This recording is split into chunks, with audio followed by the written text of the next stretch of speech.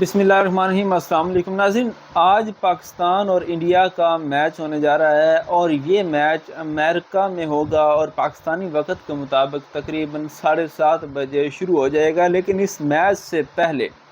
پاکستان کے سابق کپتان اور چیف سلیکٹر شاہد آفریدی نے کچھ ایسا بول دیا ہے جس نے پاکستانی شائقین کی مایوسی کو مزید بڑھا دیا ہے۔ چونکہ آپ کو پتہ بھی ہے کہ پاکستان کی ٹیم جو ہے وہ بظاہر کافی کمزور لگ رہی ہے اور انڈیا کے مقابلے میں ہمارے جیتنے کے جو چانسز ہیں وہ بھی ہمیں بہت ہی کم نظر آ رہے ہیں۔ لیکن ایسی صورتحال میں شاہد آفریدی نے کچھ ایسا بولا ہے جس کو سن کر یقیناً آپ کو غصہ بھی آئے گا اور دکھ بھی لگے گا، اور شاید آپ کا اعتماد جو ہے وہ بھی ٹیم سے کم ہو جائے گا۔ کیونکہ شاہد آفریدی جو ہیں وہ کہتے ہیں کہ ورلڈ کپ کے بعد ٹیم کی اندرونی کہانی جو ہے وہ منظر عام پر لاؤں گا۔ انہوں نے چیف سلیکٹر اور سلیکشن کمیٹی اور اس کے علاوہ جو پی سی بی کے اعلیٰ عہدیداران ہیں ان کو بھی ذمہ دار قرار دیا ہے کہ پاکستان کی ٹیم جو ڈاؤن جا رہی ہے، اور انہوں نے جو اہم بات کی ہے وہ انہوں نے کی ہے بابر اعظم کی کپتانی کے بارے میں۔ یعنی کہ انہوں نے وہ کیا کہتے ہیں نا، باتوں ہی باتوں میں یہ کہہ دیا ہے کہ بابر اعظم کی وجہ سے پاکستان ٹیم جو ہے وہ ڈاؤن ہے، اور پاکستان ٹیم جو ہے اس کے ناقص کارکردگی کی وجہ جو ہے وہ بابر اعظم ہے۔ انہوں نے ایک مقامی ٹی وی میں ایک پروگرام میں بیٹھ کے یہ کہا کہ پاکستان ٹیم یا کوئی بھی ٹیم ہو، اس میں جو کپتان ہے اس کا کام ہوتا ہے ٹیم کو متحد رکھنا۔ یعنی کہ اس کا مطلب یہ بنتا ہے کہ پاکستان ٹیم متحد نہیں ہے، اور اندرونی کہانی اس سے بہتر اور ہمیں کون بتا سکتا ہے، کیونکہ شاہین آفریدی جو کہ پہلے کپتان بنائے گئے تھے اور ان کو ہٹا کے دوبارہ بابر اعظم کو کپتان بنایا گیا تھا، اور اس چیز کی تکلیف ظاہری بات ہے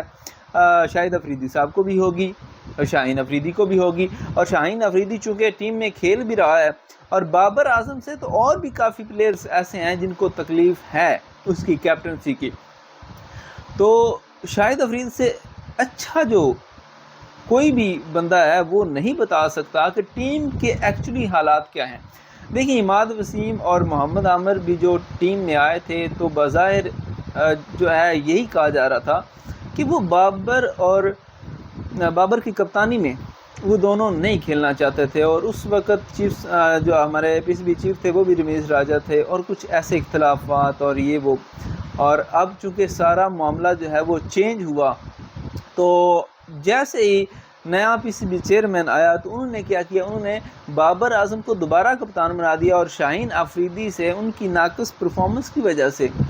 جو ہے وہ کپتانی واپس لے لی۔ اب اس چیز کی تکلیف جو ہے وہ صرف شاہین آفریدی کو نہیں، اور بھی کچھ پلیئرز ہیں جن کو ہوئی ہوگی، اور کچھ ایسے ہیں جو کہ ان کے گروپ کے ہیں اور کچھ ایسے ہیں جو ان کے گروپ کے نہیں ہیں۔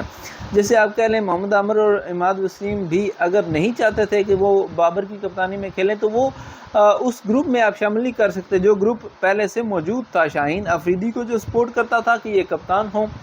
وہ والا گروپ علیحدہ، اور یہ دو پلیئر بھی آپ ڈال لیں،